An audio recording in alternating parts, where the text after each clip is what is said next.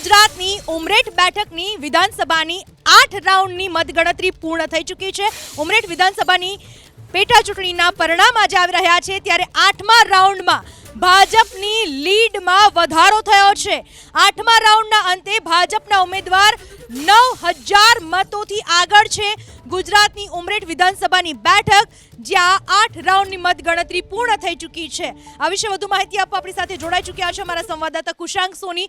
કુશાંક, હાલનું ચિત્ર શું જોવા મળી રહ્યું છે? બીજેપી ફરીથી એક વખત સત્તા મેળવે તેવું સ્પષ્ટપણે દેખાઈ રહ્યું છે કે શું?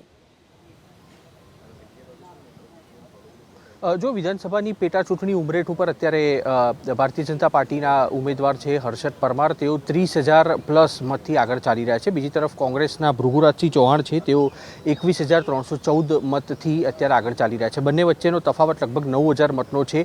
7મા રાઉન્ડના અંતે એ પ્રકારની પરિસ્થિતિ સર્જાઈ હતી કે જે લીડ છે તેમાં ઘટાડો થયો હતો અને 7,000ના મતની લીડ છે તે ભાજપના ઉમેદવારની જોવા મળી હતી। જોકે મળતી માહિતી અનુસાર ઉમરેઠનું ભાલજ આવેલું છે અને તે આખો જે પટ્ટો છે તેનું આખું જે મતદાન છે તેણે ચિત્ર બદલવામાં ભૂમિકા ભજવી હતી અને તેના કારણે થઈને જે લીડ છે બંને ઉમેદવારો વચ્ચેની તે 7,000 જેટલી થઈ હતી। જોકે 8મા રાઉન્ડના અંતે પણ જે ભૃગુરાજસિંહ ચૌહાણ કરતાં હર્ષદ પરમાર છે તેમની લીડમાં 9,000નો વધારો થયો છે। હજી પણ લગભગ 10થી વધુ રાઉન્ડ બાકી છે અને તેમાં ચિત્ર સ્પષ્ટ થશે કે ઉમરેઠની જે જનતા છે તે કોને વિધાનસભામાં ચૂંટીને મોકલવા માગે છે।